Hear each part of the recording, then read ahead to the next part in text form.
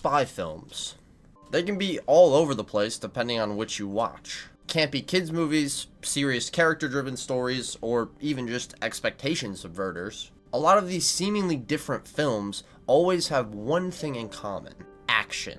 In a spy movie, it seems you need car chases, gunfights, and big set pieces that normally explode at some point. Steven Spielberg's Bridge of Spies has none of this, and somehow still manages to work to perfection. This might be because, well, it's not really a spy movie. Sorry to ruin this for Spielberg fans who wanted to see his version of Mission Impossible. Although it has spies in the film, as the title might suggest, this story is a complete left turn from your other movies that sport spy concepts. Bridge of Spies takes on a true story of ethics, legality, and nationwide fear, and somehow manages to make up one of the best thrillers of the decade. It doesn't need high-octane action or heroics to create an epic. All this film needs are conversations, moral quandaries, and, oh yeah, a threat of nuclear war in the foreground. That might help the tension building.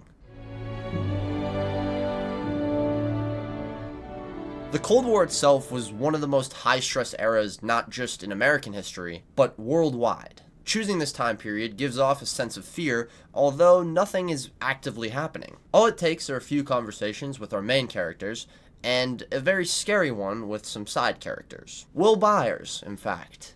Would you look at that? After a lesson in school about what you need to do if a nuclear warhead is on its way, I'm sure this kid would rather be stuck in the Upside Down. The footage we see here paints a harrowing picture of reality during this time. These are lessons that needed to be taught, but it normally came with the cost of scaring the hell out of classrooms. Or, if you're Will Byers, just feeding the need to be prepared. We see We see Donovan's kid obsessed with being ready for when the nukes come, and how his dad is not thrilled with these fear-inducing lessons. These scenes happen early enough in the film so that if we miss the titles at the beginning, you know just how high the stakes are. James's office, the family home, the train station, or the school could all be gone in a matter of minutes. Knowing this, as we see our story play out, it becomes difficult to deal with the fact that our main character is in fact helping a Soviet spy. The two people you see here are the most compelling in the film,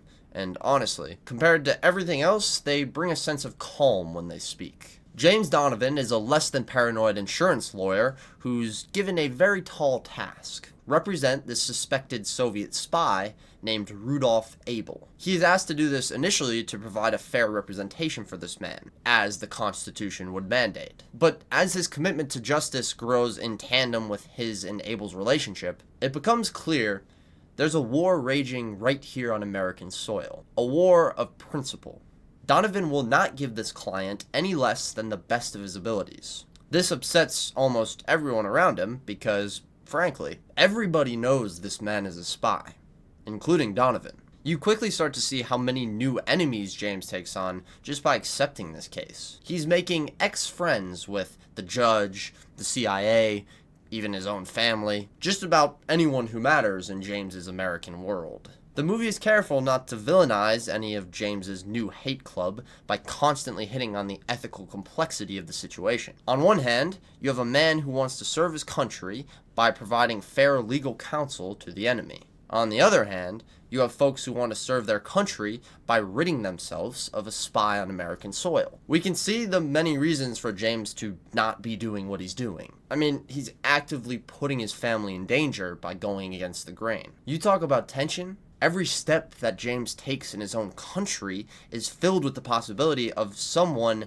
acting on their beliefs. This movie does make you question quite a few times if what James is doing is right. Yet, it always comes back to one thing: caring about the individual. We are aligned with James more and more as the film backs up his stance. It humanizes Abel as much as possible, plus gives reasons for not putting this man in the electric chair. Reasons good enough to sway a judge. Donovan, as a true insurance man would, plays the game of what-ifs. What if an American soldier is captured after Abel's put to death? Wouldn't that condemn the man to the same end?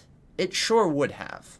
And thank God they didn't kill Abel, because the next part of the film flips the stakes. In the biggest moment of action in this movie, Officer Powers is shot down in a plane over Soviet airspace. This kicks off what will surely be the most edge-of-your-seat portion. To the dismay of the CIA, who sent Powers on this mission along with a clause to not get captured, Powers does not pull the pin and indeed ends up in the hands of the Soviets. This causes the CIA to get a prisoner exchange in motion, headed by the man himself, James Donovan. When James goes to East Germany, the tension becomes unbearable, not from car chases or shootouts, but from uncertainty. He is supposed to represent America without being a government official. Because of this, he is often alone in enemy territory, putting his life on the line, not just to get Powers home, but Abel too. Every walk, every train ride, every conversation feels like something's about to go wrong. But it rarely does. The worst that happens is small.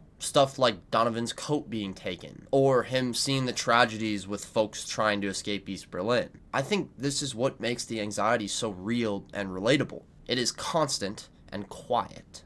The energy on screen continues on, feeling like it's about to take a turn for the worse. But again, it rarely does. Even when Donovan is arrested by the elusive Vogel, he's released after one night. On a rewatch, you do get to relax. Sit back and just admire the dialogue around the trickiness of this exchange from both sides. Each of these countries want their man back with minimal cost. The men in East Germany try everything to trap Donovan in stipulations that would give them the upper hand. Donovan, though, who's apparently the best conversationalist in the world, never falters. But as a viewer, we sure do. The doubts about Donovan creep back in once a third prisoner is introduced. Pryor is another captured American, this time a young student. His story is told with much less attention, I believe, in order to make us grapple with Donovan's choices once again. James refuses to get just Powell. He instead wants to exchange both the pilot and this student Pryor. The only way he can pull this off is by kind of tricking both the Soviets and the East Germans. He pretends to be negotiating with each side only on their terms, making both parties think they're getting the better end of the deal. Trying to play the Soviets and the East Germans is a risky move when you're crossing between their territory, along with having little to no protection from the CIA. This adds even more tension, still without a release. The only release we can see in the near future will happen at the bridge. That's right. Let's finally talk about the Bridge of Spies. The whole film, Donovan has been our emotional compass, although at times it feels like he's flying too close to the sun. When he goes against the CIA's wishes, trying to get Pryor and Powell back, there is a single moment that, if it goes wrong, could keep us off the bridge with no prisoner exchange. As these men sit around waiting on a phone call, if there is no ring, there will be no deal. Everything rests on Donovan's ability to read a room being enough. Luckily, that phone call does come in, and we go to the bridge, ready to get our payoff for all the slow building strain. The exchange is quiet, careful, and both metaphorically and literally cold. Somehow, a scene of a bunch of government agents waiting feels more than electric. It moves at a dragging pace, with each faction trying their best to get what they want. At any moment, the smallest thing going wrong could result in a whole lot of death. I think if you're at this point in the video, you know this is not going to devolve into a massive gunfight. Bridge of Spies ends with a handshake and a slow walk across the bridge for Abel and Powell. At the same time, Pryor shows up at Checkpoint Charlie. This scene is proof that the greatest suspense can come from a huge buildup with nothing but conversation and silent waiting. Now you can breathe out. Bridge of Spies obviously can't have exploding set pieces, gunfights, or gadgets. This is because it's based off a historical event. This fact doesn't take away from just how thrilling, suspenseful, and tension-filled this film is. A legal epic has no right bringing you such an edge-of-your-seat experience. Spielberg shows us that sometimes painting a story of fear with intentionally written conversations, and one man going against the world, turns the smallest moments into the biggest, most intense feelings. Things like loyalty, morality, and how scary it can be to do the right thing. Maybe we need more insurance lawyers handling the most touchy world events. Actually, I'm not going to settle on that takeaway. And with that, thank you, Sergio, specifically you, Sergio. And of course, to anyone else who watched this one, thank you. What a film this was, man. I honestly was surprised that I hadn't seen it. I didn't even realize it was a Spielberg movie until I saw the director. Like, it was a little bit before I watched it, but I literally had to click on the movie to realize it was one of Spielberg's. It just has gone so under the radar for me. I would highly, highly recommend this film. And I do want to say, please don't get me wrong. I still love other spy movies, you know, action-filled James Bond movies. Like, I'm all for it. One of the most underrated spy movies, in my opinion, I already did a video on. That one's called Kingsman. You can check that out. If not, I would check the movie out. But, yeah, I think we're done here. So, deuces.